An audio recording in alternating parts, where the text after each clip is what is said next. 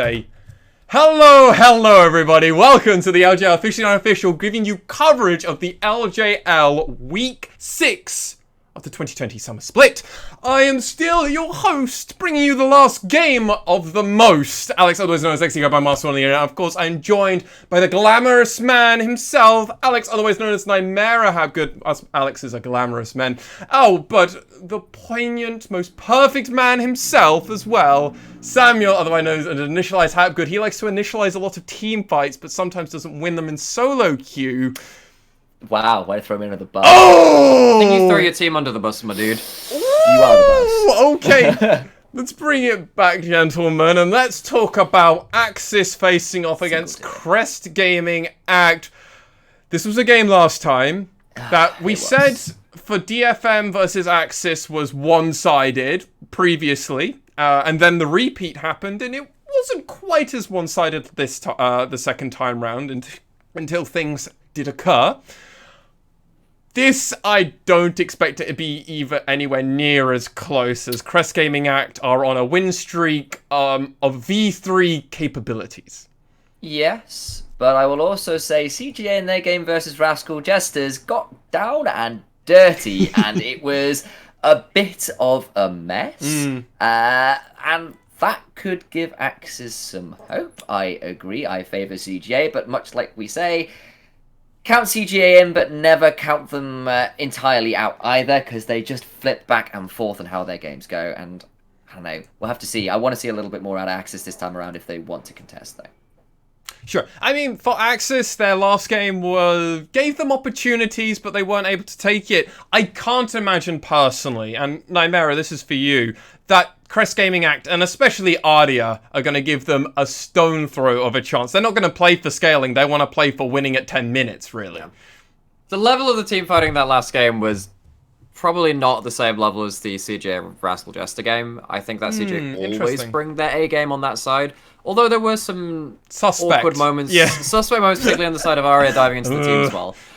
Yeah, I'm pretty sure there is a formula to like 8 and 5, 10 and 5 at the end or something like that. Yeah, pretty much. Yes. I do think that there is a formula to beat CGA. I think it's to make a team which is really hard to dive into and hope that Arya picks a melee carry and dives into your team and dies anyway. And you pick something like Galio or Cannon or something like that. AXIZ did find themselves a good win condition. It says volumes that they were still in the game up to the Elder Dragon mark after conceding the early game so heavily versus DFM. If they draft themselves into an advantage versus CJ, I have faith that they can win. It's just whether they do recognize that and identify that themselves and then draft something which works for their lanes, which don't capitulate early, and allow them to team fight successfully 5v5 later into the game.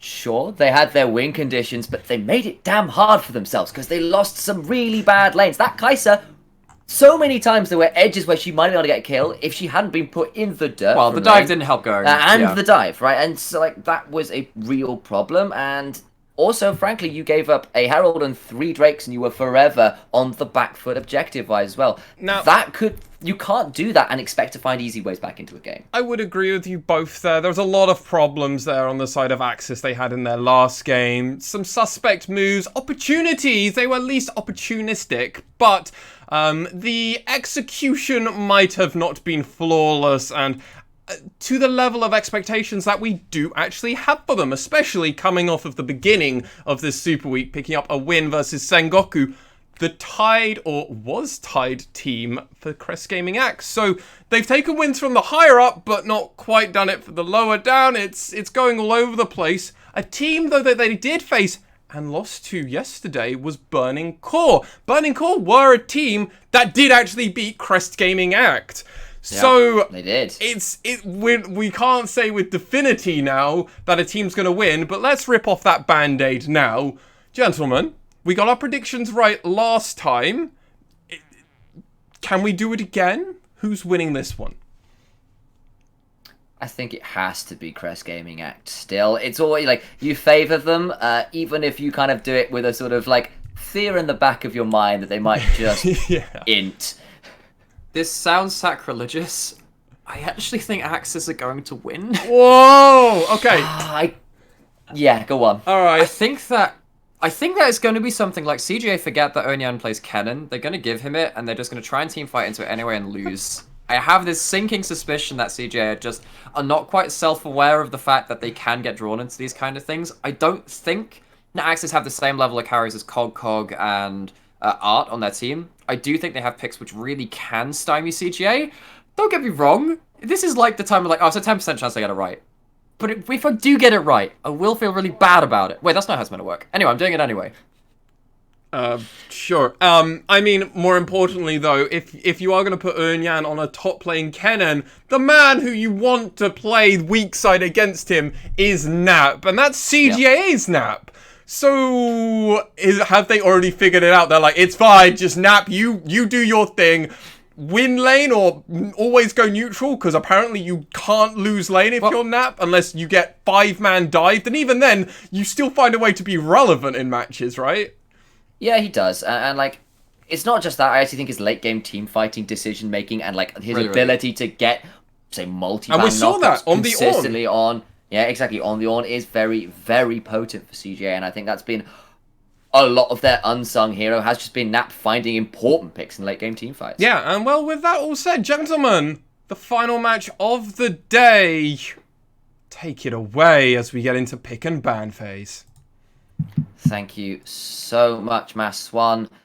We are back into game for our last game of the day. It'll be the last game of Super Week as well. That's AXIZ on the blue side. Sad at 1-10, sadly. Knocked out of playoff contention after that last game. It'll be Eunyan, Hoglet, Gariaru, Day One, and Corporal making up their roster. CJ, on the other hand, though, happily at the top, vying for those playoff buys, going towards that Juggernaut match. That'll be on the red side. So that is Nap, Unica, Arya, Gango, and Grendel. Bans now coming through. Ornn and Aphelios banned by AXIZ, and I really don't blame you. Anybody who saw that Sengoku game that CGA won in the late game remembers the fire and fury that Aphelios and Ornn were bringing. Other side, though, it's the Karma, it's the Volibear, and Hoglet has been on Volibear duty a lot recently. I really want to see a cannon ban out of CGA. That would make me feel a lot more comfortable about their chances of winning this game. On the other side, though, AXIZ banning away Arya's Silas. This guy has got some wonderful stats, and yes, it does help against the cannon. In fact, I believe it was Eunyan taking the 1v1 to the cannon with that pick. I'm telling you, this is how you win this game. It's setting up. We're starting to budge. You can see the storm on the horizon. Right. The prophecy is set. Eunyan Kennen. You've heard it. First pick cannon. Don't first pick cannon. Don't do that. But the thing is, I wouldn't be surprised if it comes out late in the draft. In fact, I would be quite happy if it did. AXIZ, though, still have their first pick. Looking like it might be the set. Quintuple flex, we've been over it so many times. It goes to support, it goes to AD carry if you want to pull a center, mid, top, jungle, all functional as well. CGA now have responses to make. I don't mind that set at all, but Nap going for the Renekton, again, it opens up for something like a cannon going into that pick.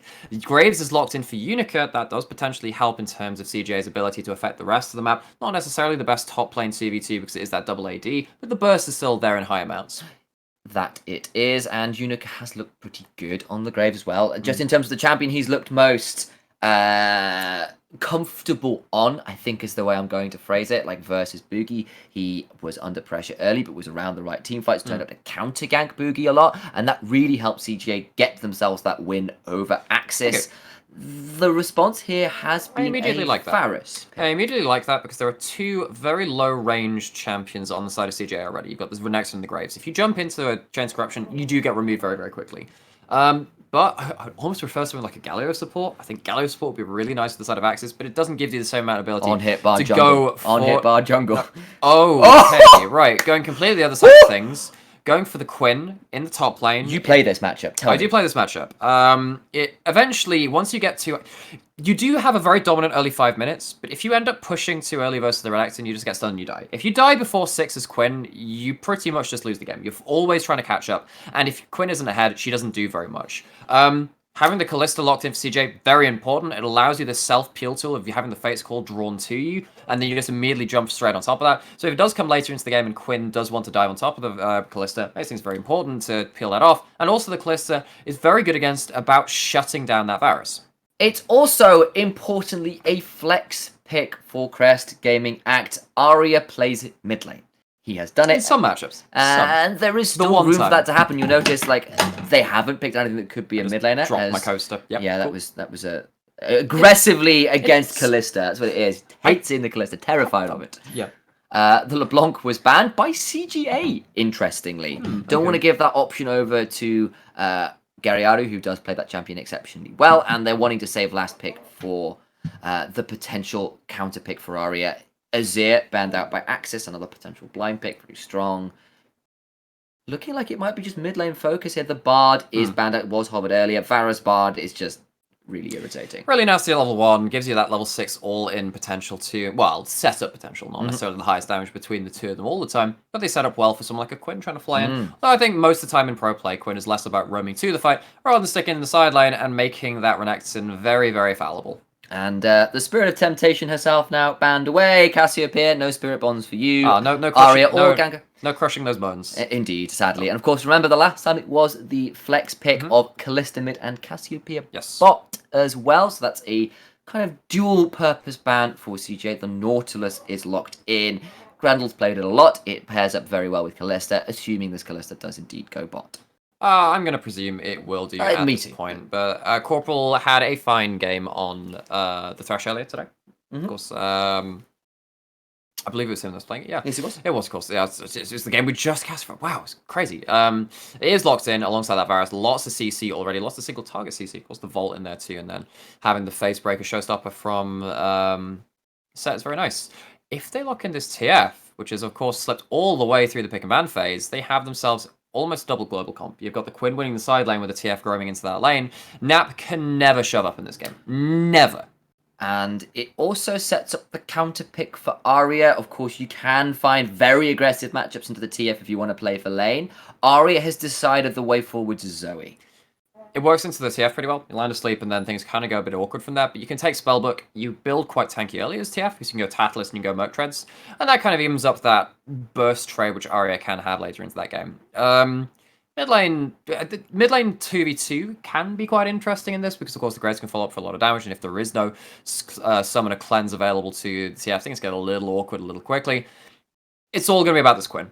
All going to be about how AXIZ can set up for this Quinn to win on the side lane and for this Renekton just be a non-factor. Nap has been really good about playing on weak side. This is the ultimate weak side test. You're playing as a matchup where it's physically just almost impossible to win past a couple of items. It will be about setting this Quinn behind and making sure that this Renekton survives to a point where they can teamfight to some proficiency. And you can see there that Uenyan has run the cleanse. Of course, with your ultimate, you don't really need a teleport. You can just run there really damn fast. Hell, potentially faster than you could teleport there by the time it also allows you to cleanse the sleep, and then more importantly, the Renekton stun. Because Renekton can have basically 100-0 combo with the correct items. That's where exactly in the duration of the stun, if you have the empowered stun, you cancel the ult, cancel with the Q, and all that kind of other stuff. You're going to have a huge burst trade, and then effectively you can't fight. If you cleanse out of that and vault away, you stop the combo, you buy distance. I would almost like to see a Phase Rush Quinn coming out here, because the Graves wants to run you down. However, press attack is more likely, although we do see occasionally some Glacial Augment coming out of the Quinn too. Curious. Because it works on your Blade and also works on your autos. It just allows you to do some very nasty stuff. And just to reiterate, guys, of course, Namara is saying, if Uenyan plays it perfectly, Quinn has a killer matchup into the Renekton. If Quinn ever oversteps, that is still a squishy AD carry, and if you die 3-6, it's pretty over. You lose like 2 waves and you never catch up in XP. Yeah, an empowered Ruthless Predator with the cleanse blown at some point is a very dead Quinn. Uenyan needs to get this right. If he does, Renekton's in trouble.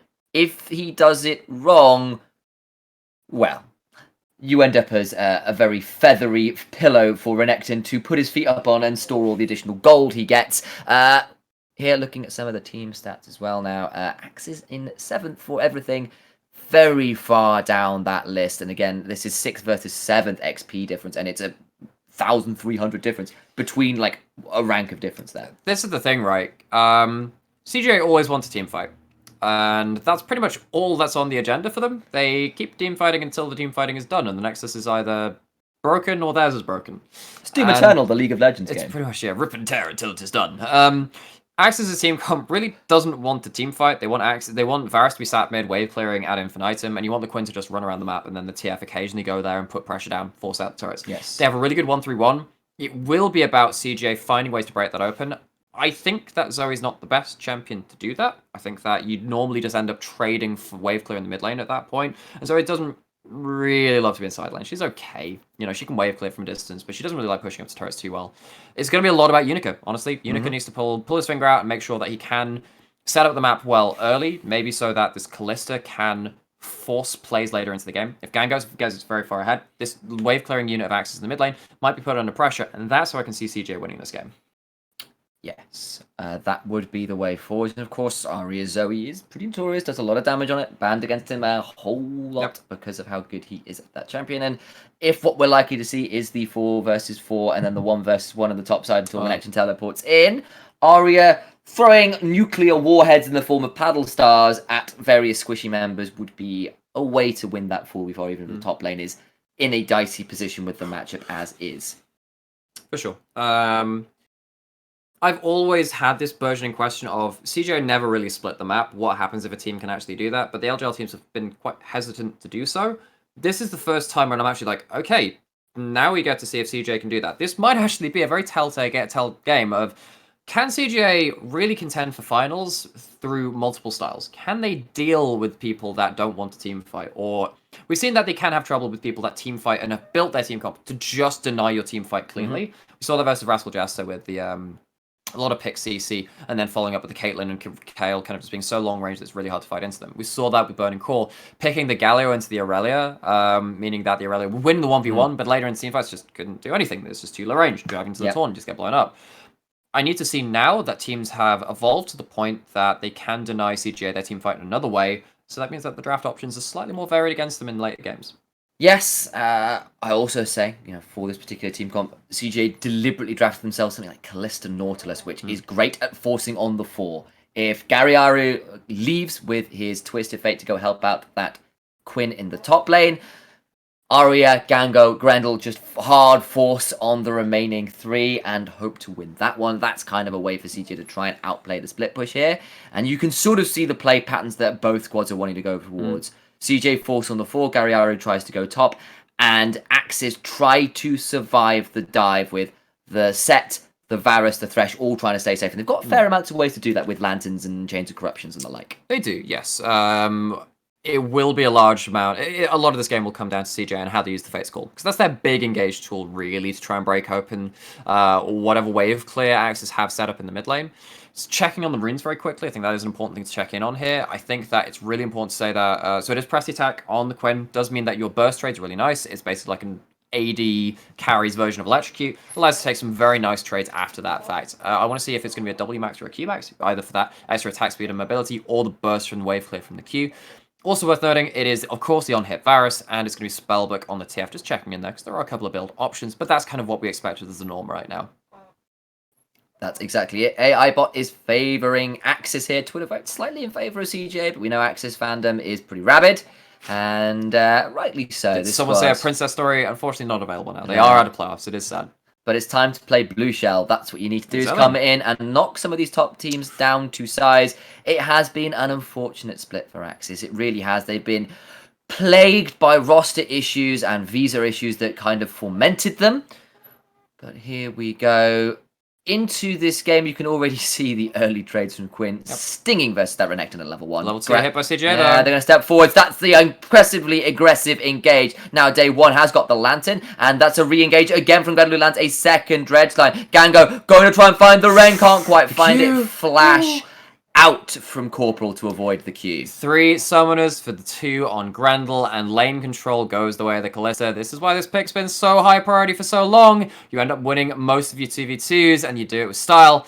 Get that damage going into the mid game. Suddenly those short little spear trades become onto your whole team and start winning a lot of team fights. Day 1 has to be very careful walking back to that turret. You can see there the greed in Grendel and Gango's eyes in this lane. It's how they play. They never back off. They look for every fight. We saw it in the last game. Rascal Jesters versus CGA was a, well, there's a few words, but we'll go with Fiesta. That's probably the most polite one for right now. Up to mid from Grendel here. I'm not sure if he's been spotted. He hasn't. I don't think there's no wards in the river. Hoglet now here. That's the Hex Flash that lands Grendel going forward. It's 3 men in mid, and Garyon needs to flash and does so. But that got close. It's more than that. It's a late flash, which means that he loses so much HP, he's going to have to teleport back to lane too. So that is a Hex flash and a bit of time expended by the support for 2 summoners in mid lane, and it gives Ardia the pressure. We know what this guy can do with pressure. If this is going to be a flash to Scariadu, Unica might just be called over as that 3rd mid lane summoner spell to try and gank this guy. Fortunately, of course, Garrier is running the spellbook. We'll have still some defensive stats available,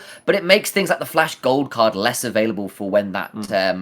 Destiny Gate combo comes up. Unica now roaming up top, but he will... He just used Vault. He's not going to have that. That's actually pretty big. I'm not sure Unia can get out so cleanly here. He's got W, he's got Cleanse. May need to use it. Yeah, he has just used Vault. That was always the risk. Now stepping forwards, there's the Vault, and now Cleanse flash. It was far too late. Unia falls, and it's dead in the water. That's it. AXIZ game plan's over. You died before 6. You bind both summoners. It's the kill going to Graves. You lose a full wave to tower.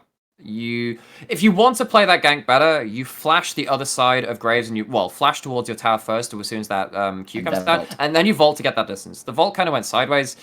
Nap flashed for the follow-up too, but this is just the worst case scenario for AXIZ now. Your bot lane's lost priority. Your top lane, we started Cull because you thought the lane phase was going to be so easy, has now died too. It's tied it over. Nap to get to level 6. He hasn't had to use his teleport to get back to lane as well, so he can take some heavy trades on his next reset if he wants to, teleport back to lane, have an item advantage, and Urnyan doesn't get 6 to roam back to lane very quickly, and loses out on some CS and XP. And remember, the cleanse is down. If Nap can find his way on top of that Quinn, you can die. Bad news, Crocs. Bad news, Crocs. Yeah, like, bears are not to do with this one. This one is very much the reptile.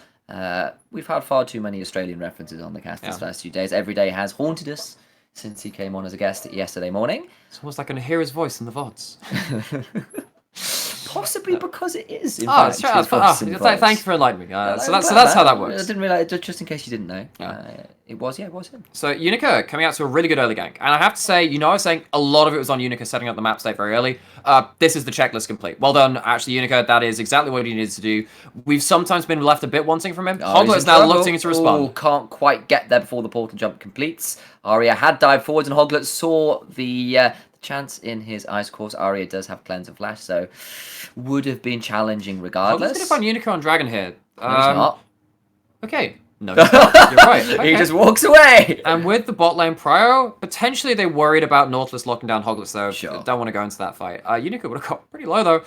Ends up being the Cloud Dragon very early on. I'm trying to think. I mean, that's probably most important towards Zoe. Again, like, Cloud Dragon is very important for people who use ults on cooldown. It's less important for everyone else. It's okay for Quinn. In fact, the one person it's really bad for? Quinn. Because Quinn's ult cooldown is, like, 2 seconds. That's not the important part. It just costs you so much mana to cast it at first rank. It's 100 mana each time you go bird form, so you can't even have the liberty of roaming all the time. But yeah, it's really important for the Zoe. It allows her to port jump more often, get those kill combos a little bit more. And Arya loves to play to limits anyway. Just gives him some higher limits to play around. Well, good news, I suppose, for Uenyan right now. He's still holding on to a fairly okay CS lead right now, and level 6 has been hit by Garriari. Hoglet is around this bot side rather than this top side, though, looking for something of a gank. And remember, now with TF available, could cause some trouble. Oh, Corporal lands the death sentence. Here's the Lantern, looking now for the facebreaker. But before that, the Showstopper comes through, and Grendel is put into the dirt. RKO for the heal of the LCS. Not the LCS, of the LJL. What am I doing? They know that... I've ruined it all! If you want to see LCS, go watch last game. It was an absolute fiasco. Nap was not in a position to teleport down to bot lane. Nothing really there. The gank was over too quickly. It is a quick kill for Hoglet and Crew. No, the facebreaker. Gango, you stayed foot there! Why on earth? He hasn't even been red. He's just got to find the red, but it doesn't matter because the Haymaker shield was there. Uenyan now trying to run away. Nap looking for this engage. There's the dice, but the Vault gets Uenyan out safe. Gango flashes for that too. Hoglet doesn't even have to blow his. They could stick around for another facebreak here. Oh my days, CGA! Your bot lane! He flashed! He flashed! To paraphrase Queen, because... Oh, well, that was something. Ooh, very loud on my eardrums right there. Corporal, maybe the Chain Warden. It looks like the CGA bot lane or the Chain Inters. 3 deaths right in a row. That was just awful. That is the way you lose this game. You are really set up to do a lot of stuff. You had the lane priority on bot side. And, death after death. That is CGA falling to the pit. You know what I was like? Oh, AXIZ, They might be able to just, like, pull out a win and make things... It wasn't in the way I thought it was, but you know what you were saying about you can never count CGA completely in? This is why. Sometimes they're just completely nonsensical for the greater good. Sometimes it's for the greater of the two evils. The greater goods being the delivery they're offering to AXIZ in the bot lane there. Yep. Free food for all. The Kalista Nautilus has got eviscerated twice in a row. Important stuff now is that Gariaru has ultimate. He's 20 CS behind in mid lane, going down to about 50 as that wave comes through. But Arya's not really big. He can wave clear, but he's going to need to be very careful about where Gariaru is roaming on the map because he doesn't have spellbook, he doesn't have teleport, he can't really follow. And with Hoglet coming up here, it looks like Gariaru is going to give himself a free recall. Gariaru is going to have to reset his lane state.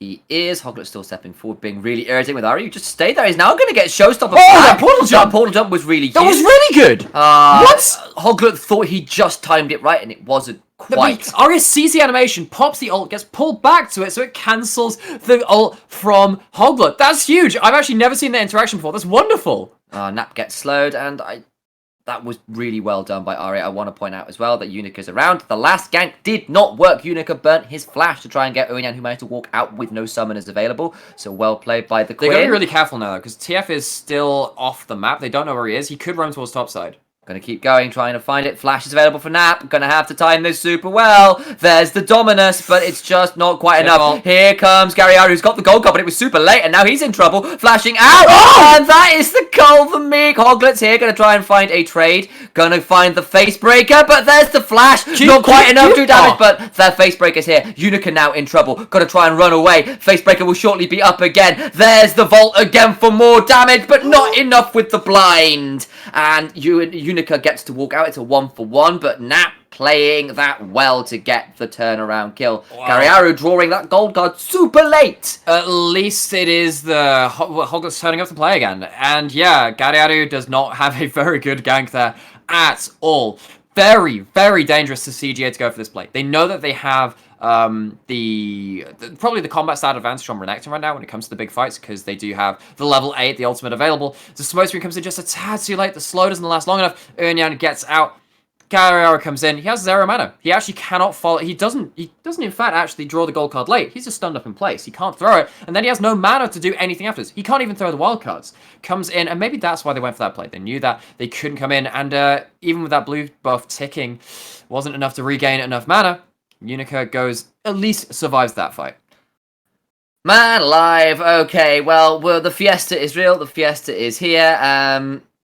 So 4 kills to 2, 18.8k gold to 17.6. AXIZ up to a gold lead, ladies and gents. Harold's been summoned mid too, so this is going to be more gold over to the 30 CS lead Arya. And Gariaru, he uses ult, he uses flash, he uses ignite as well from the spellbook, and he still died. No kill participation. He has himself Swifties instead of Merc Treads to try and dodge out a few more of those skill shots. But honestly, Arya is in such a position to win this 1v1 now. He's also zoning out Gariaru. Level advantage on the smite, going to try and seal it, but not quite enough. The lantern out does get Hoglet away. Nice attempt, but no dice for the set. Well secured by Unica. Well secured, and that's not the first time we've seen Unica win that smite fight over those dragons in the early game. He did it earlier. Ooh, good hook. Ooh, good hook. Going in, there's a chance of corruption, but Fate's call. Fate's call, and you can't do it at this point in the game. It's 2 ults traded for 1. I wonder if they're doing that just because they don't want to have that engaged tool on CGA. Might be a calculated risk and say, look, we don't care about giving up our 2 ults right now. We just want to be safe and farm up because that's the point of the game we're in right now. Oh, Arya's going in. He's in a bit of trouble. There's a show. He's done it again! He is going to do it again, but there's the cleanse. Not in time. Going to be out, but he does just get to walk away. This guy! How does he keep doing this? He can't keep getting away with that. Second time he's outplayed Hoglet using that ultimate. Hoglet uses the Hex Flash to get back in, but it is Garia this time at least burning the Flash. Yeah, and the cleanse will be back up shortly, which is good news, but kind of relieving a little pressure, but it's not mattering that much because it is 25, 27 CS lead right now for Arya on the Zoe play. Getting towards that Ludens as well. And once he gets to Ludens, like, he's going to instantly clear waves, and Gariaru then will be losing something every time he roams. Speaking of Gariaru, has his ultimate up available. Unica's back on the top side of the map. Unyan has himself that Bilgewater Cutlass, which is a nice turning point in this matchup because he can slow down the Renekton when he's trying to gap close onto using that Phage proc and all the rest of it. But yeah, having Gariaru's ult available to him means that top lane's probably not the best place to make a play right now. Probably not. And the CS lead is continuing to grow now for Unyan. I think it's held steady at 20, I think. He's gone from 10 to 20. It was at 10. It's flip-flopped around a bit. Because I know that in the early game they did have 20, but then it's not really expanded. Ninja Tabi are really good versus Quinn, by the way. Like, really good. Because most of her damage does come from those auto attacks. The grand majority of it. Like, your Q is a little bit, and your Volt does a tiny bit, but you max that last anyway. Nap going in, takes some fairly sad damage, but Hoglet can't quite get close enough. But now Hoglet he's got his Q for the next wave. Like, he'll just Q the minions. It'll be fine, yes. He's got a refill pot ticking. It's like, it's a sum zero. It's a net, what a sum zero play? Zero sum trade? Zero sum trade. There you go. Okay, now Urnia, what are you going to do with your ult? Close vision. That's cool. Nice, good job. Indeed, Garyaru now trying to survive the bubble that does just miss. Swifties, man. Swifties. Pretty strong. And of course, it's that beautiful new Arcanist Zoe skin with all the shiny bubble animations it comes with. I dashed out the bush. Didn't see it. Okay, got a pink one. Fine, cool, lovely. Herald will be up in 5 seconds again, worth keeping your eyes on. 900 gold to TFL. 1080. TFL indeed. Unica now in a bit of bother, but Hoglet in more. That is the Haymaker to buy time. Throws a lot of damage at the back end of the fight. Grendel now taking a lot of damage from the Quinn, who's turned up by roaming around, but Fate's Call will save her life. And there is some redemption because, of course, Arya has RNG'd that one. Now Unyan needs to make his way back to the top side before the Renekton gets too much time on the tower. Flash from Corporal trying to get a hook on someone. Cleanse down from Gango. Ignite down from Grundle. And, of course, the Fate's Call down as well as the Nautilus ult too. A lot of tools were burned from the side of CJ, but with the TF ult now down, Unyan does not have the same kind of safety in that top lane. And at Nap, against the pressure of the Quinn, takes down first turret in the game. Day one will get it against the kind of expected play in the bot side as well, though. We'll get that one with shortly after the turret in the top side for AXIZ. That's good news for them. Gold lead currently about 2,000 right now for AXIZ, actually. I think that's because of Plate's TF passive and the Cull cashed in for Unyan. That'll come up to most of it. But and of course, they have the 2-kill advantage too. But what CGA have done has been pretty good stuff with the objectives. They will now claim the second Herald here. They will already have 2 Drakes to their name. So, gold to AXIZ, objectives to CGA thus far. And we'll have to see how that kind of plays out as a sort of CGA really choice in trading. They really want mid-turret, and that Herald will kill it in one charge. So if they do find an opening where the waves are there and there's a reset from Garyaru, that is mid-turret gone. And suddenly TF loses a lot of his pressure around the map because he can't just push in mid-wave and have that that mid lane outer turret be kind of like stopping the minions at that point, not allowing those minions to have that pressure onto his side of the map. Not going to be TF in the mid lane anymore, though. He's teleported bot, and the bot lane of AXIZ have rotated to the mid lane alongside Hoglet. There's an overlap here, but there's no TF ult. There's a Herald available for CGA, and Nap also has teleport. So there's a big play to be made by CGA in the next couple of minutes. See if they have the awareness and the setup to make it. All right, going in. That's it takes a turret shot. It does take a turret shot, but manages to trade back pretty hard. The healing from Cold Meek does give Nap some of that HP back that he just lost there. Blade of the Ruin King, as we said, is completely okay. Herald Smith, this is the big thing. This will be mid lane turret going down. There is no response from AXIZ really available here. Looks like this will just be a free turret. Yes, it is. You called it out. It's going to come straight through. Herald goes down, and that is as the Ocean Drake is live. CGA with priority over the Dragon positioning, but I believe that Scuttle Crab just died in River for AXIZ. Unyan will now claim the second turret of the match for AXIZ in that top side. Grendel has flash. I missed on today one. That's huge. At least he has Hex Flash coming up in a couple of seconds, and this doesn't end up losing the fight for CGA. Quinn has priority on top side. Nap has teleport. He's going to head towards up there. As well. Fate's Call is up. That would have been very important were Grendel to have landed that hook. He has a stopwatch too, worth noting that, and now it's CGA finding their way onto this dragon. Now it will be AXIZ with the onus on them to try and find a way to unsettle this team. Day one is in mid lane, not there quite yet. Unyan now roaming down. Nap would have to teleport to join, but that Drake is already out of half HP. Hoglet needs to go for the steal. Going to try and get in and moat for the steal! He gets it with the Haymaker Smite! Now the incoming is Grendel. He's been forced back with the Showstopper. There is a Fate's Call who will likely pull it back, but Nap found his way to the backline. He's exhausted though, and this Crocodile is so very, very low. Collateral damage doing a lot of work. That is the Fate's Call. Nap still survives outside of range of the Face Breaker, and CGA escape with their lives, but they lose the Ocean Drake, and now Day One will walk into mid to try and take down this mid lane outer turret. Unica had some really good smites today, but when he has the Kalista on his side, it is not gone the way of CGA. Hoglet gets the smite, gets the dragon, at least no kills are traded back and forth, but it got damn close. And this is twice now. Like, we have seen Set stealing dragons in 2 games against AXIZ. Okay, let's see exactly what happens here. Grendel's playing goalkeeper again. Arya portal jumps back to get that vision, almost lands the bubble. And we see here Gango is still steadily stacking up on the dragon. Nap is teleporting in, but it's kind of a bit too late. That is a very close steal. I guess Hoglet just outminds games it and just says, okay, right, well, we take those. Nap manages to very, very... skin of his teeth gets out there. He manages to get his double slice and dice and gets his Q onto 3 people, even through the exhaust. And the face break, who was just out of range to try and finish off Nap. Now the flash gone from Hoglet. It's kind of unfortunate for him. Yeah, unfortunate is the way to put it. Hoglet coming out clutch there in the way that last game, just not quite there to get that Elder Drake at the end, which might have been the big turnaround play against DFM. That's the hook onto day 1, but the Lantern is there. The death sentence prevents Grendel stepping forward much further, and not too much lost. Uinyan shoving up incredibly fast to this bot lane tier 2. Well, there's a 5-man stack from CGA mid, so yeah, of course they can go for this. Oh, that's a sleep! It's a sleep! Oh, yeah! Oh my god! Past Corporal somehow, some way, and they have engaged. How does he do this? He has engaged onto the mid 3. We said that was going to be CGA's play in the pre-game, and he's found the pick needed. Now CGA will get shove pressure in this mid lane. TF is going to recall, and Uinyan will not get chance to take down that bot lane tier 2. It is 2 turrets for none in trade. And we were asking whether AXIZ could split the map versus CGA and force them into inopportune positions. The pick from Arya is absolutely worth it. I mean, completely is worth it. I was trying to look for a different adjective. It's fantastic. It works out really, really well at the perfect time to push in for 2 turrets. We were talking about, well, no, not 2 turrets. They managed to just get that inner turret and chunk down that inhibitor turret 2. It opens up the map massively for them and breaks a lot of the momentum AXIZ were trying to build with that 1-3-1. They would just set it up in the 1-3-1, and then it falls apart. So well played. Now Nap, with the Dominus running, is going to have to try and run away from Uinyan. TFL coming down, and this Crocodile is looking very, very squishy. But wait, they've read the TF play. He's gone golden, and now Arya and Unica are going to retreat back up their bot lane. That's the chilling smite that forces the flash out of Unica to escape.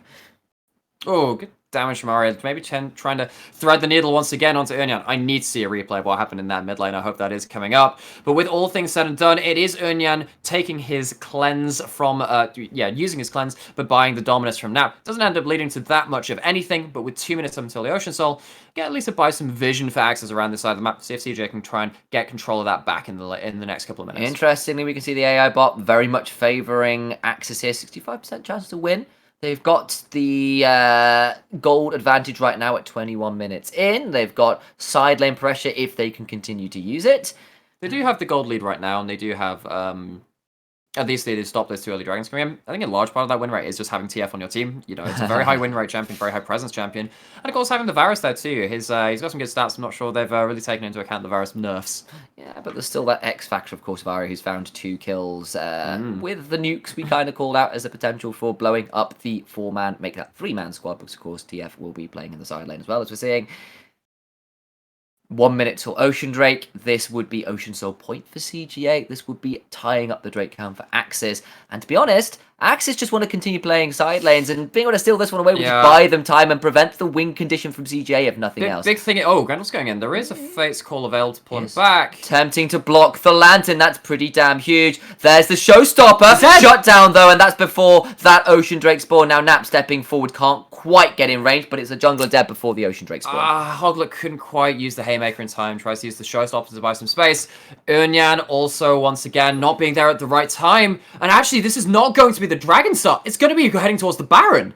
Thinking about it, Gary Arya is like, okay, I'm going to push in bot. I've got teleport. We can make this work. Lanes are not in fantastic position for CGA, but they are going to go. No, there's no smite this time to steal it. No smite. Hoglet will be up in 10 seconds, but that's still going to be a little while. Blade of the Ruin King complete for Callista means this Baron goes down pretty damn fast. That is the blast cone over the back taken off, preventing easy ways in. Uinyan is around. Teleport now coming from Gary Arya. Bot lane under siege. The flash in from Grendel. The Fate's Call to try and re-engage. That's a very tanky Thresh in the front line. And actually, CGA taken very low. Nap's gone down. Gango is starting to fall as one? well. No, Gango's staying alive. Day one is doing a lot of work. I apologize, that was Grendel who fell. And Gango is here, but now he's just got slowed down. He's in so much trouble. He falls at the end of it, and my words were a little bit prescient, perhaps, rather than for the immediate moment. Now it's the Baron start for AXIZ. Okay, Unica's still alive. They don't have collateral damage, but Arya needs to pull off a little bit of a miracle now, completely against the run of play. Another bubble lands. He's got a lot of damage right here. That's a lot of damage. He is doing as much work as he can. He's got a blue buff and a full mana bar to try and turn this around. He can't find the second one. He finds the sleep. That could be problematic, but it is now taken. And AXIZ retreat with everybody and Baron. CJ go for the Baron in the late game. Well, into the mid game, I guess, only 23 minutes in. But the concerted engage afterwards is not concerted. In fact, it is just all over the place. Arya not close enough to follow up with damage. And Day One turns it around on the Varus. Let's see how this comes up. Starts with everyone in the pit. Of course, no smite available, but the teleport is available from Twisted Fate. He teleports in first, pops his ult, has the vision, and he gets into the fight. Grendel goes forward, but there is no Fate's Call. Well, there is the Fate's Call. It pulls him back here. The box buys a lot of space. Arya is just not here, though, to finish off any of the damage. Does get the sleep onto TF there, but look at the amount of damage that Ernyan and Day One are putting out on these dual AD carries in the back end of that fight. Hoglet turns up with the respawn afterwards, and Gango tries to do a Captain Jack, ends up being Captain not Jack.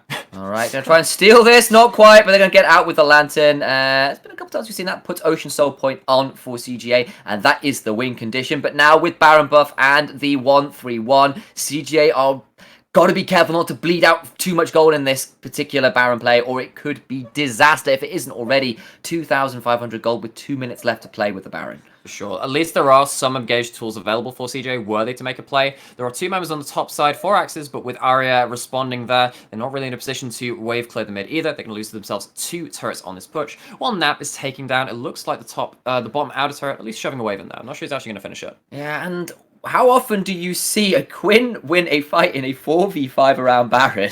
Actually, it's a created carry. True that. 2 item spike, had the PD. If you proc your Harrier mark on someone, it gives you a lot of attack speed to fire back on. Varus is buying you a lot of space to Chains of Corruption. Honestly, double AD carry with that kind of peel does a lot of damage. That's what happened there. There you go, and Arya kind of caught on the wrong side of that fight, couldn't find the damage he needed to, and perhaps that's more of the unusual fact in a team fight. Arya normally so good at finding the damage for his squad. That so time close around, to stealing at the back end though. He had landed like 3 good paddle stars until it got to AXIZ just huddling in the back of the pit. Yeah, but well played from Arya, but just possibly a touch too late, and the fight lost. If that hook from Grendel had been 2 seconds later and Arya had walked up, potentially that fight ends up being... Because if the paddle star ends up landing onto Day One or Ernyan, they'd probably take that kill. How is it that CGA's games always devolve into these kind of late game, the close games? The hidden passive. Ugh. Hidden passive. CGA's games will always be Fiesta. Oh, Gary, there's the Fiesta. He's cleansed, but he's in so much trouble. There's the Lantern and the fight. Call coming out. Gango is in trouble. Grendel's in more, though. The Fate's Call is now burned, and Day One will pick up that kill. Day One might just be a last. Now, Ernyan uses the W to buy time and get vision of CJ, who are on full retreat. The bubble lands, but that's not necessarily going to be enough to flay in. Not quite there, because that is a good use of the stopwatch buying time. Gango still low. The flash. Face breaker. Still dies, though. In the end, it's a 1-for-1.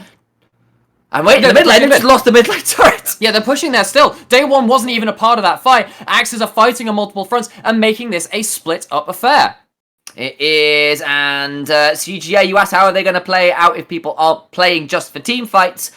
They lose a 4,000 gold power and power play is apparently what it leads to. And this is how you beat CJ. You never give them a clean team fight. You just make sure that's all about the split fights, or you just have death balls strong enough that you can't dive into them. This is going to be the former of those. We're going to go back over this replay, and it is Galliardo diving into the mid lane. I thought this was a horrible mistake at first. He locks in a red card, doesn't go into Gango to stun him, and Gango, even though he walks into the face breaker, is still chunked out for a large amount of damage. The box comes down, Grendel goes down, Nap doesn't have a way to disrupt Gary on the backside of it, and of course Arya wasn't there to start it again, neither was Unica, because it was a play started by AXIZ. Ernyan's trying to find himself a flank, Nap finally finds his way onto Hoglet here, and Corporal is there to kind of stymie that engage. He tries to get the facebreaker over, but Gango manages to hop over with the martial poise, and Arya finishes the kill. Yes, and now with the base broken, it is a 6,000 gold lead to AXIZ, but there is an Ocean Drake coming up in a Ocean Soul, baby. CGA that, rolling well, that would be it, wouldn't it? If they can get the Ocean Soul, then CGA have ways back into this game. Make no mistake. They are still struggling in the 1-3-1 push. They've lost all their outer towers. They've lost their mid lane inhibitor as well. That makes getting out of their base really damn hard. And if they get stalled out around the Ocean Drake for any given amount of time, TF now with a Lich Bane, Uenyam with 3 items can eviscerate turrets, demolish them. Who needs dynamite when you have a bird with a crossbow? Sure. I do think that AXIZ are playing this a little riskily. Gallardo has had a bit of an off game, and Uenyam has not found all the advantages he would like to. He now has an Infinity Edge, though. That's a very big thing. He is now a crit carry. He can carry the team fight on the back end, particularly if he does get access to Gango. If he lands a Q to blind and then follows up with the double Harrier Mark combo, having that vault there too, potentially you can start assassinating people on the backline. So it's going to be about how Gango keeps himself safe, which he has failed to do several times this game, and also how AXIZ are using their damage, even though it's quite risky to dive in on someone like Uenyam, of course, day one if he's stuck in the front line. Look, TSM made a legacy in the LCS by locking in blue cards. Gary R's coming in mid, We're going to have to talk about this later because you're right. Gary R's coming in mid, and that time it was the gold card. Who needs anything else? Unica going down to Uenyam, who has to cleanse flash, but that is a sleep at the end of it. Going to try and turn it around. Grendel now very low, will get traded back, but Uenyam is dead. Gango and Nap is going around. He's trying to survive, but the Callista is dead. It's Arya away from the fight, trying to turn it around to the back end, but this Dominus Crocodile is made into a pair of boots. Will miss the paddle star and has to flash back out. The bubble lands, it's on the day one, but Gary flashing for the goal. The cleanse was early from Arya trying to find the paddle star. He misses his second. Gary still looking. That's asleep. Oh, the stopwatch though is missing. Now Arya needs to be damn careful, but spell thieves passive. They're on the Nexus. They're on the Nexus. They've got 5 seconds up until Grendel. They need to be very careful about this. The recall's coming in. That's so fast for day one. Unica's here. He can smoke screen them. He can smoke screen them, but Hogler in the back of this fight trying to turn this around. It's gonna be close! Going so damn low, and CGA are trying to hold on. It's gonna be one. No! Minions! 97 HP! 97 hit points is CGA's margin of error. Oh my days. Wait, okay, so Ocean Soul is up, but Uenyam might be able to just take 2 autos onto the base and go for it. He's does have level 16. He doesn't have flash, but he has a lot of movement speed. He's going to look for it. What this means is going to be a 2-man onto the Ocean Dragon while everyone else is playing base defense. They have to be so careful. He will be seen on walls. They've watered out the top side of the jungle and the bot side. They know where he will be if he does come into. Now there's going to be. Oh, no, the TFL! He just needs 1 auto! 1 auto will do it! He's going to get close enough. There it is. 1 auto will do it. He's going to try. Has he got it? Yes! AXIZ win the game. 1 auto and a Lich Bane, and Gary Aru sends his regards. Nothing personal. Nexus. We knew it was going to be a fiesta. You called it out saying, yeah, I think AXIZ might win it. I don't trust CGA. Your lack of trust was rewarded. It feels somehow awful to predict this, but oh my word. Smoke and mirrors, there are no more to be pulled out here. AXIZ coming out with one of the most memorable wins I can remember in the LJL for the last however long. Well, to work out how that particular circus played out, we'll have to roll up after this short break, and we'll go to that analyst desk.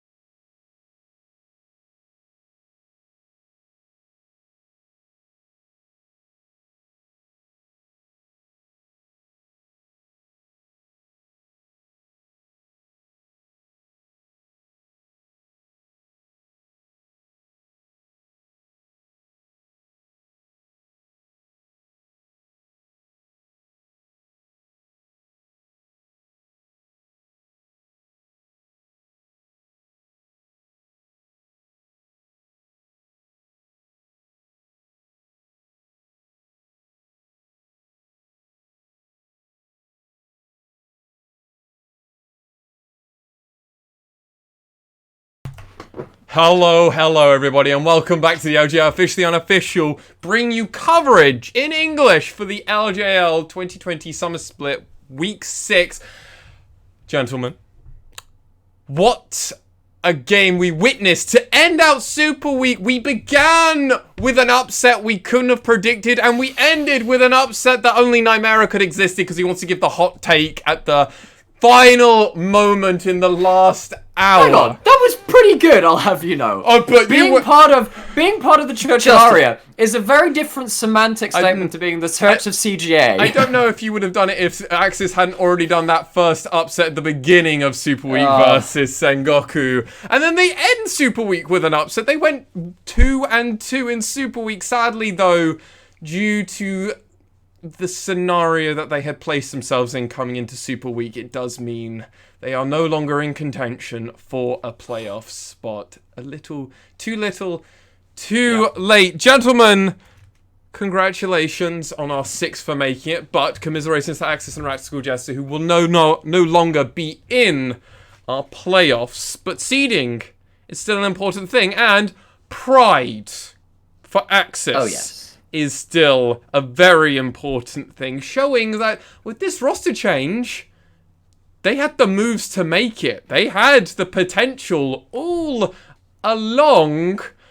And, well, this was a game versus our tied second-place team. Well, actually not even tied. It's just our second-place team. AXIZ beat them. How did this happen, gentlemen? How did this happen?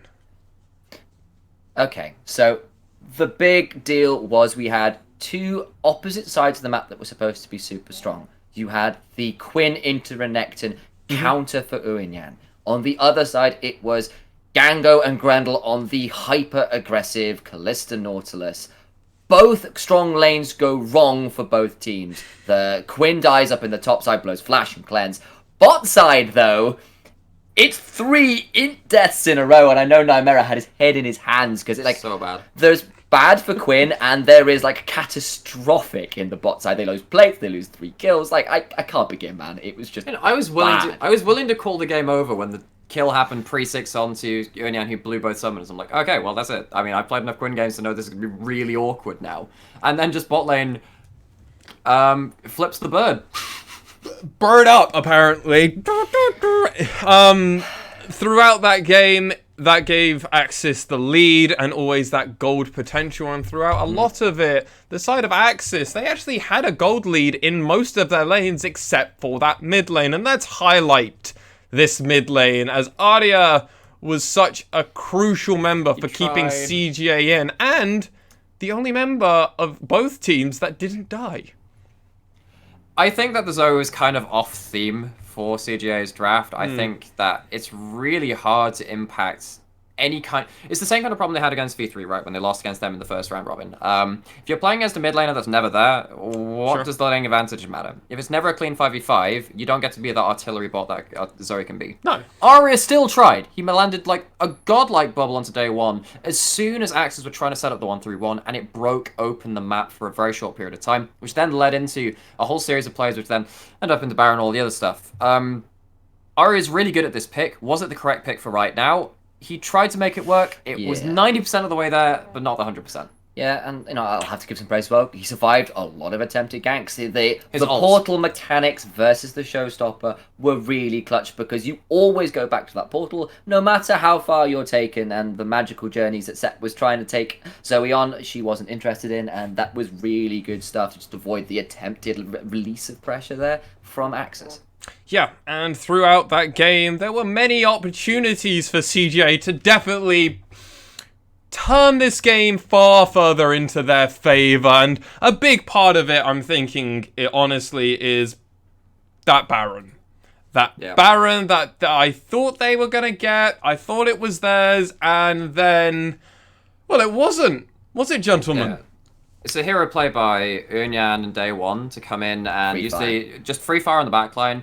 And also on the other side of it, CGA not being clumped up enough to really follow up effectively. It was a good flash hook from Grendel, don't get me wrong, and the Fate's Call ended up buying a lot of space. Arya wasn't in range for even a portal jump paddle star. He was trying to ward off the other side, trying to see if Gadiato would ult in from that side. Wasn't close enough, didn't finish off any of the AD carries, and then Day 1 just turned on the heat. And right at the end of that fight as well, they had killed Hoglet, which was a huge deal, and that's the reason they were starting that Baron, knowing they had the jungler advantage.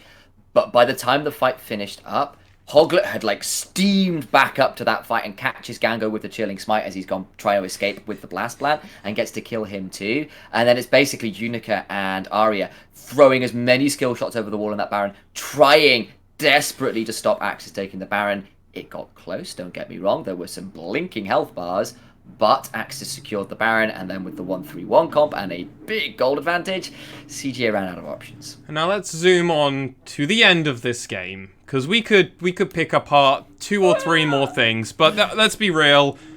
Let's talk about this end game, as this was a base attempt that looked, oh god, it's not possible. Is it possible? Nymera, was it possible? Well, they left the Nexus on like 97 HP. It's literally 1 auto away from death. Literally 1. If you have to like frame perfect stun him as he comes out of his ult to protect that Nexus. It was pretty much a game over at that point. He teleports in, he ults in, and just has to like just looks at them awkwardly like, hey guys, so okay, I win. You could actually throw an actual playing card, not even a magical one, just like a play it's the Nexus that volatile, that my Magic the Gathering cards 52 gold pickup is what it is. 50 gold the additional 2 gold from the TF passive, that's what you needed. Oh, there you go.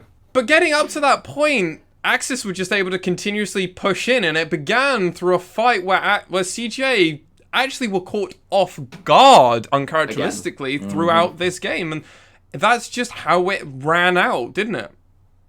For sure. It was another TFL into the mid lane, capturing out the bot lane again. And it was really hard for CGA to really have this clump 5v5. This was the closest they got to a 5v5. They did, and it just wasn't, again, they weren't collapsing quite quick enough. Maybe they didn't see the play happening. Anyway, AXIZ took the opportunity and they did run over in these... They were run over in these larger fights. And I think this is where I would totally agree with you, Nymera, that this Zoe pick was the only problem in their draft, because they get them all clumped up. Arya totally would have the opportunity on like 6 other champions immediately in mind.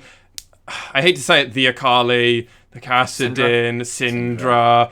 Zed even would have been better in that spot. It would have been okay. In fact, Zed's I would have quite liked it into Quinn, because then you just... Quinn can't side lane. I mean, and once he released, we all know Yono would be... Yone. Yone would definitely Yone. We are Japanese here. It will be Yone. It's how it's pronounced. It's official too. We are the better region. It's a buff to the region. It's pronounced the proper way. Sure. You know, I'm not going to argue because you just spoke good about the LJL, so I'm like... Yes, absolutely. That sounds great. But sadly, AXIZ were able to come avail and were able to win that matchup and securing themselves at least tied 7th place now with Rascal Jester. Pride is still on the line, and I'm sure AXIZ would love to put themselves with a lovely 2-0 to end it. At least looking at themselves going, you know what? If we don't go 0-8 and basically give a huge margin of to everybody else, we could actually have made playoffs again. Yeah, I mean, they had the 2nd and 3rd place teams this weekend taken down in fairly good fashion. It wasn't entirely clean. 2nd and... Was it 2nd or 4th time? Sengoku. No, they were tied 2nd. No, because they beat Sengoku, they beat CGS. Yes, this weekend. They lost to DFM, sadly. Exactly. That's what I was going to go on to. Is actually, they've got to be kicking themselves. Actually, they managed to take down 2 very high-ranked teams and then kind of drop the ball against Burning Core and against DFM, where actually... They did lose out in the early games a little bit in both of those ones, and that's going to feel really sad coming into this last week, knowing that if this had been just a little better, maybe they could have been in playoffs. Yeah, and let's have a quick roundup of that table that is on our screen at the moment. We've got V3 Esports still leading the pack at 11-1, and outside of their 1 loss to Crest Gaming Act, V3 still look like the best team in the region at the moment. For sure. They're all on the same page. All their players are playing out of their minds. The loss versus CJ, I'm going to have to go back up and watch that because it was one heck of a game. It was. It shows that there is still some fire in the region and some contention here, but it does look like V3 have largely solidified their top spot. Yeah. For CGA, I have to say their 2 games on the Sunday were... very CGA. They played against the bottom 2 teams, won one in close fashion, lost one in close fashion, and I think it just speaks to CGA, right? That their playstyle is drag everyone down into the dirt and hope you beat them with experience. Most of the time they do, apparently. Sengoku, however, the team that normally have experience over everybody, ended up going 2-2 this Super Week. Same record as AXIZ, and they lost to AXIZ. I'm concerned that Sengoku's mojo, or the break, they took a break and they didn't do their homework like we normally expect them to do.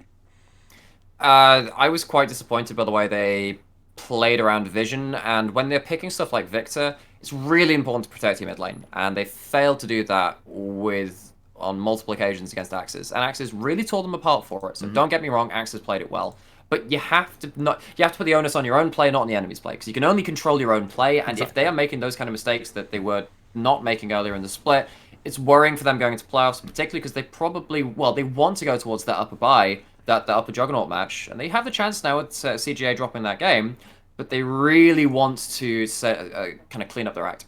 We also saw the other side of the coin for Appermen things in that particular matchup as well. It wasn't pretty for him. He had a rough one. And that is kind of the other side of Sengoku Gaming, right? That if Pyrian gets put behind, if Appermen comes out of bed on the wrong side of the day, they look like a significantly less threatening team.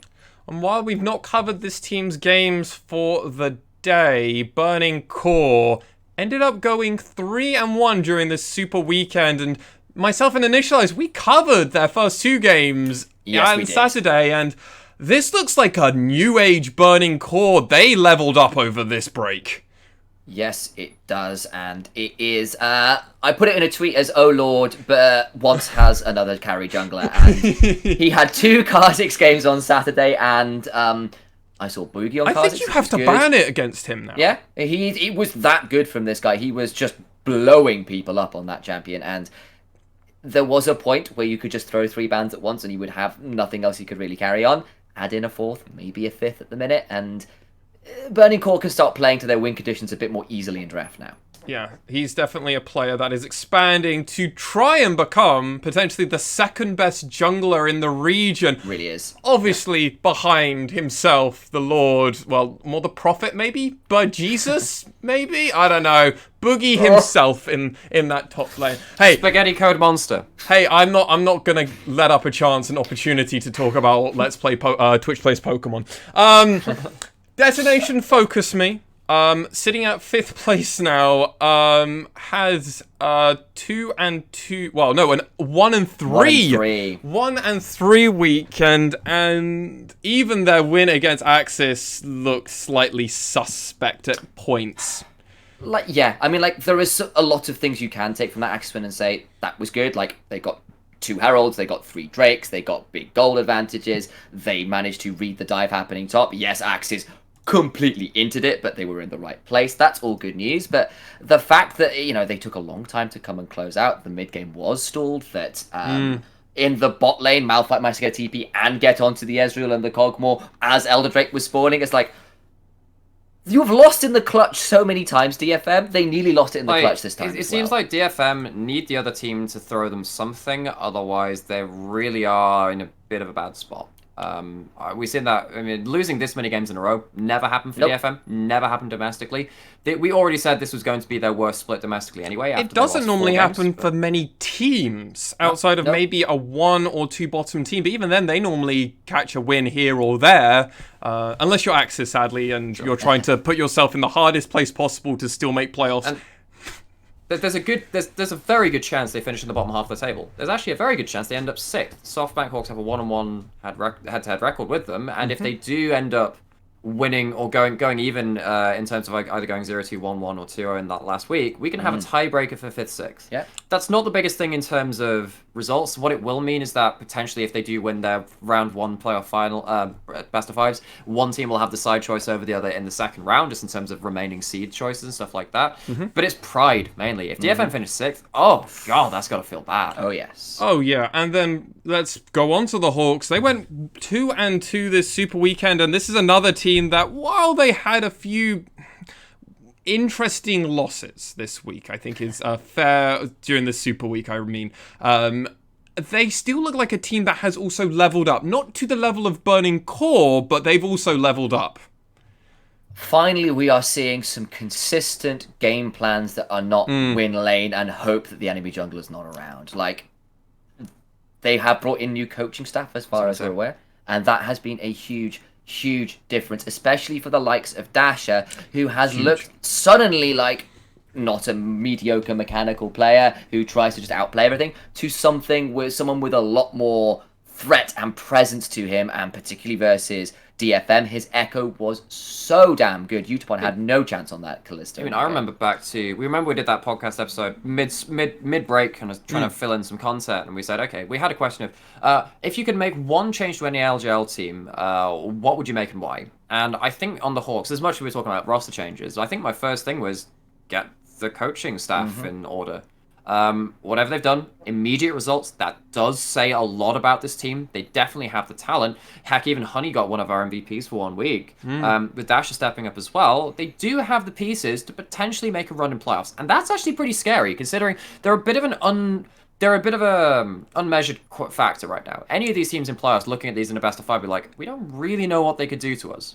Oh, absolutely, and sadly, though, on the opposite end of that coin, Rascal Jesters, now on a 5-loss streak, went 0-4 in this Super Week. They didn't really turn up. Yes, they had a pretty rough Super Week, and their, quote, easiest matchup would be the 4th place team, as they played all top 4 teams, but they didn't seem to have much of an edge in many of these matchups, and even when it was maybe a slight hope, you have to imagine in a playoff series of best of 5 it wouldn't go anywhere near as swimmingly.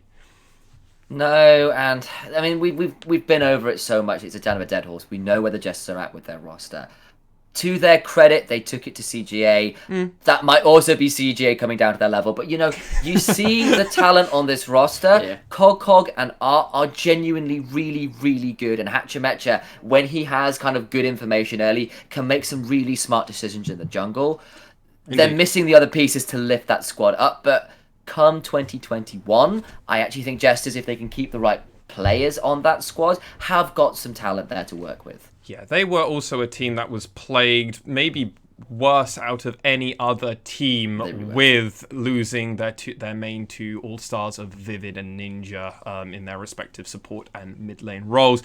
Really affected the team, and also affected a lot of their drafting prowess that we had given them a huge amount of credit for, as they were the one team in spring that we would definitely say, when DFM were dominant, Rascal Jesters, never count them out. They could always find a way. Something. Yeah. Exactly. And enough madness in there. Yeah, there is a method to their madness.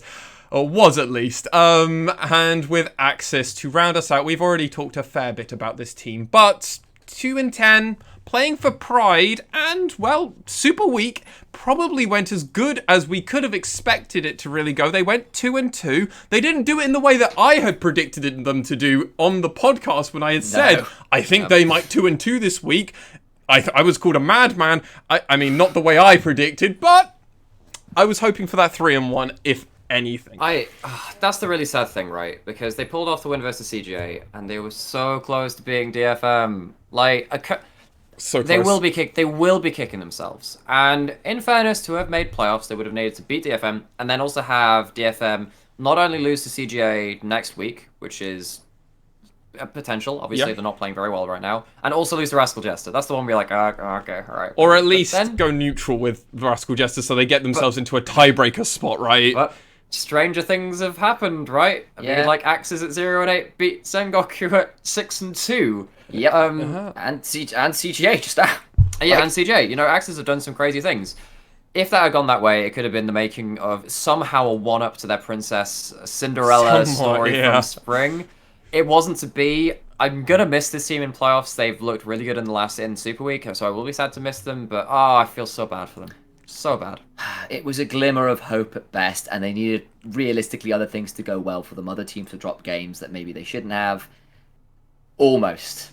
Not quite enough, but almost. I just want them to start taking off their training weights like a little bit earlier into the split, so they could start make a really top high run, because they always seem to show this at the end of the split. We're like, oh my god, AXIZ are like legit, maybe like a top contender team, but they're doing it a little bit too late, sadly. Yeah. But they beat second and third in the current standings, which is phenomenal to say. At least they can go back and go, well, you know what, guys, we are working with something good here. Let's just figure something out. And what's also important to note, what they had in spring isn't broke. It just got kind of disjointed. Hopefully coming into 2021, like we've said for a few of these other teams, like the Hawks, definitely could be a contender coming into playoffs next split. Particularly for AXIZ, I think it's big for Earnyan to have a good week to end things out before the last week, of course. True. And also for Day One to come in and not do awful. He had some... I mean, that Varus game was really, really good. The Kaiser game was very close to being very, very good. He had those late-game team fights where he nearly took over the game and won it for him, for his team. This guy, and of course his Ashe game against Sengoku was also similarly very, very impactful. This guy can feel very, very happy about himself. And the thing is, it is good that it's not completely bleak for AXIZ, because it allows them to just hold on to something and then drag that through the offseason and potentially come back stronger. Yeah, not to drag an off-season conversation in too early, because obviously we're not there yet. But nowhere near yet. But what I might say is that for AXIZ, at the very least, what they can say is it makes the team a less unattractive option for other players if they want to come in. This is like the 2-10 record is unflattering, but you saw them in spring, you saw them towards the end of this split, and you can sort of see that actually this is an organization that isn't a dead-end, bottom-of-the-table organization to join, and that might at least encourage some better options for trades and stuff in the offseason. Yeah, history will not paint AXIZ as a top team. However, we will know and we will carry their story that they definitely were a contender if only they would drop their training weights slightly earlier. With that said, we do have to congratulate V3 Esports, Crest Gaming Axe, Sengoku Gaming, Burning Core, Detonation Focus Me, and the Fukuoka SoftBank Hawks Gaming for being our playoff teams. Now, there isn't a lock in any exact position at this point, as there can be move around, so week 7 is going to be impeccably important moving forward for those placements, especially 1 first and second. Can Crest Gaming Act push them above to get that side selection earlier, or will V3 pick up 1 win during week 7 to retain that? The other important part is going to be 3rd and 4th place seeding. Currently, Sengoku have a good lead, and 1 win will secure them that 3rd place win. So in theory, that should be locked for them. However, Burning Core do have Detonation Focus Me and the Hawks looking at them with a bit of hopefulness that Burning Core can't get 2 wins, or at least 1 win over, and have to have another tiebreaker playoff if one of these teams do end up going 2-0. Lots to play for coming into Super Week, gentlemen. So Sengoku are in control of their own destiny, so are the Hawks, because they play the teams that they want to overtake. Yes. That's a really big thing in week 7. It's coming down to the wire. I'm expecting a tiebreak again. Yeah. For CGA, they have got to have a lot of faith in Burning Core, because I wonder, with the way that Once and Ray Farkey are playing at the minute, whether in that kind of dueling jungler meta, whether Once can take it to Boogie a little bit at the minute, and that might be an option to try and pick up that second loss for V3, especially if AXIZ kind of ends up on something like the Jace again, which we weren't all that impressed with. Well, it's gonna be all to play for, but for myself, Nymera and Initialize will be back tomorrow to actually bring our coverage of the first 4 games of this split, but it's always good to do a quick recap before, as the end of Super Week has now actually ended, but not for us, as we've got 4 games still to cover. Of course we do. Always more LJL action for us, but for each of us, as I've already said, we'll be back tomorrow, so don't go away. We'll be back very, very soon. Take care, and Auf Wiedersehen, goodbye, and sayonara. Yada yada.